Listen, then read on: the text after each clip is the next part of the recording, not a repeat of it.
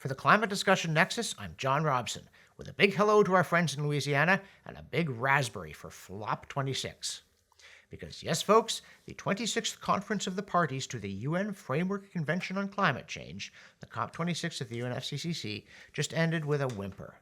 As the New York Times put it, quote, with the bang of a gavel at the COP26 summit in Glasgow, diplomats struck an agreement that called on governments to return next year with stronger plans to curb emissions, end quote. And if not, well, COP27 in Sharm el-Sheikh, Egypt will doubtless issue an equally stirring cry. Pardon me for interrupting myself, but YouTube did recently limit the ads on 2 of our videos. We don't know how far they're going to take it, but please do make a pledge, one time or monthly, small or large, so we can keep producing the videos and the newsletter. And now, back to me. Yes, Sharm el-Sheikh.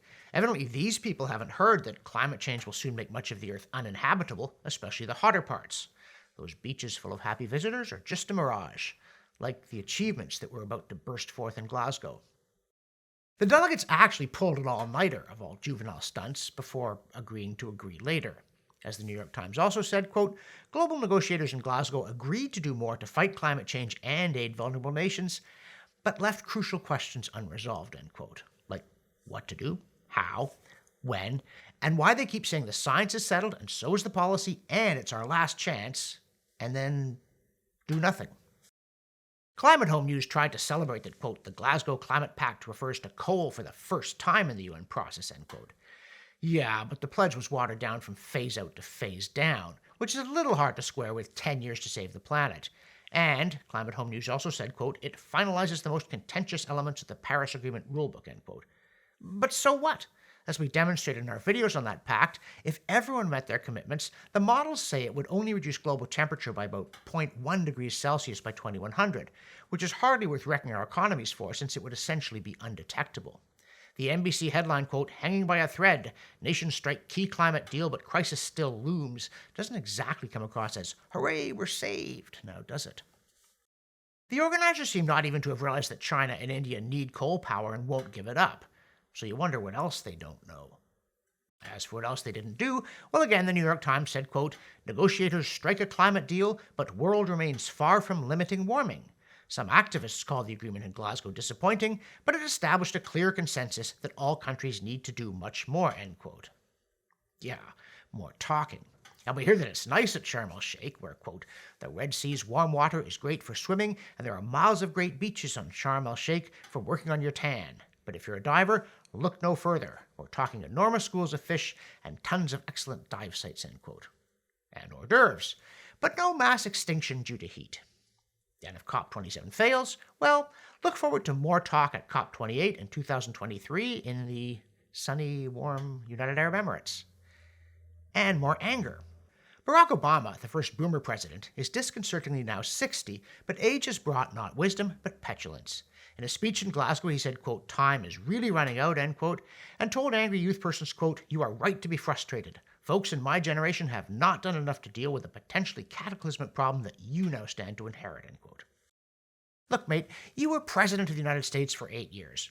If you didn't know what to do then, and you still don't, the least you could do in the spirit of humility is to be quiet, instead of encouraging more of the aimless rage on display in Glasgow that was among its most useless aspects. Instead, Obama said, quote, I want you to stay angry, end quote, and, quote, keep pushing harder and harder for more, end quote. More. We need moreness. Thanks for those deep thoughts. Apparently, we also need more of me and less of you, according to British actress Joanna Lumley, famous most recently for hosting TV travel series to exotic destinations like Siberia, India, Japan, and the Caribbean, who thinks you should give up traveling to stop the climate crisis. Channeling her inner Marie Antoinette, she says, quote, maybe more of our holidays should be at home or taking trains and not hopping on a plane to Magaluf for the weekend, end quote. Okay, we won't. We can't afford to. We had to Google to see where it even was, Majorca, Spain.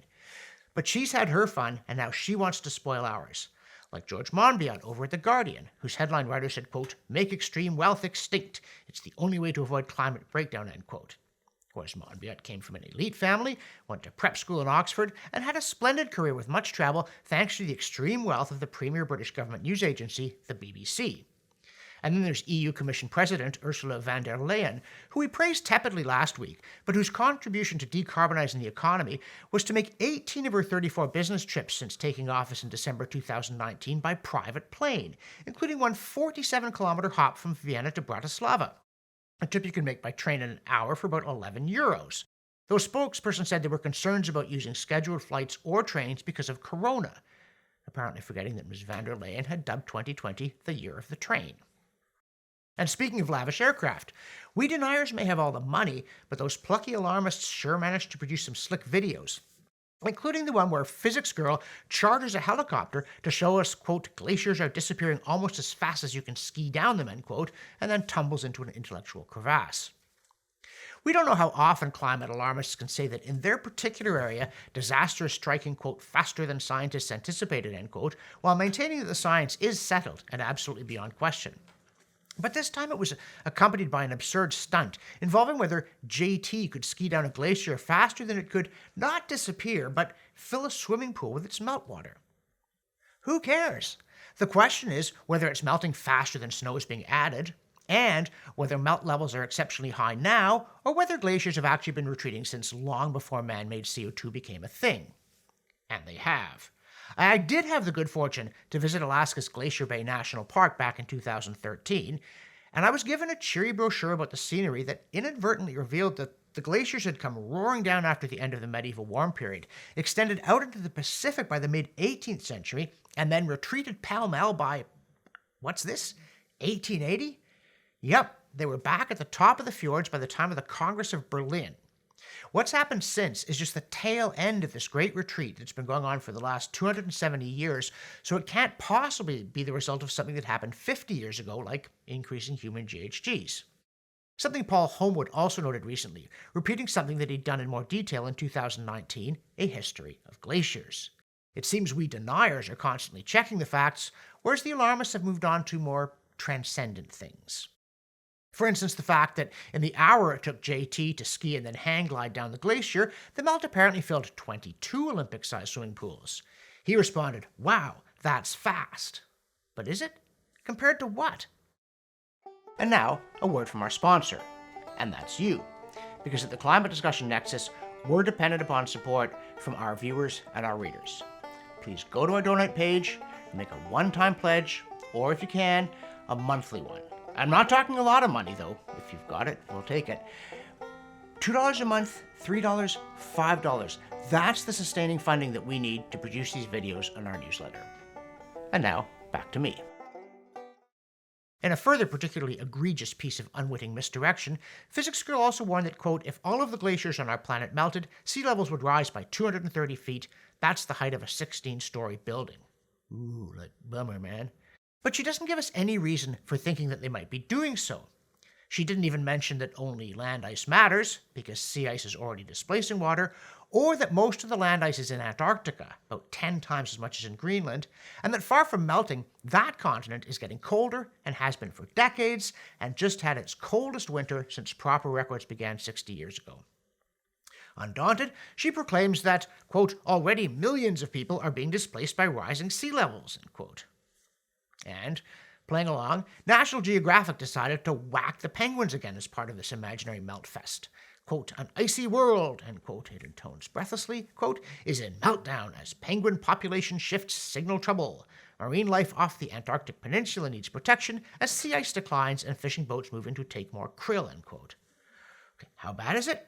Quote, Gentoo penguin numbers on the Antarctic Peninsula have increased rapidly, more than tripling at many sites during the past 30 years, and the birds are expanding south into new areas that had been too icy for them, leveraging their flexible foraging and breeding strategies, end quote. Oh, the penguinity.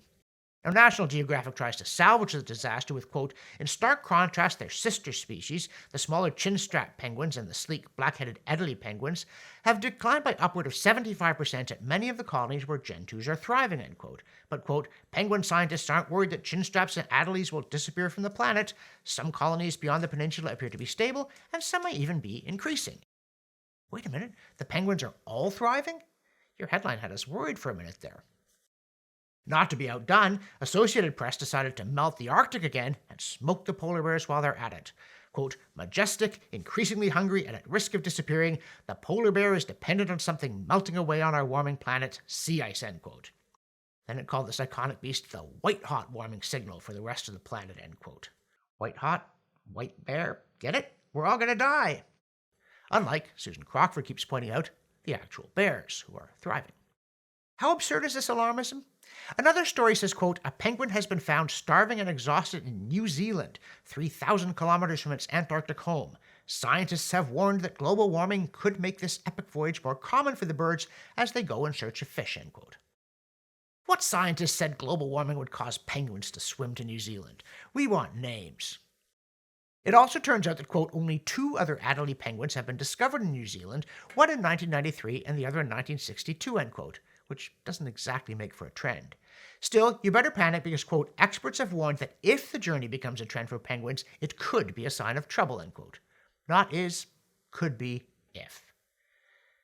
The absurdity isn't just penguins. The Victoria Times columnist recently profiled a doctor who, back in June, diagnosed a patient as suffering from climate change. The doctor said, quote, she has diabetes, she has some heart failure, she lives in a trailer, no air conditioning, end quote, and her condition was deteriorating, and she was struggling to stay hydrated.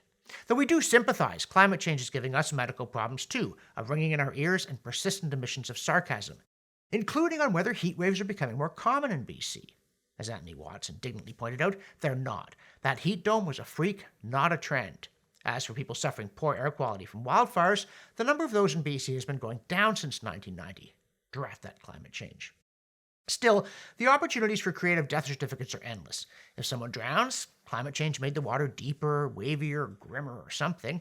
If they starve, climate change is killing crops, just as it's also apparently making kidney stones worse, and poison ivy, and poison oak.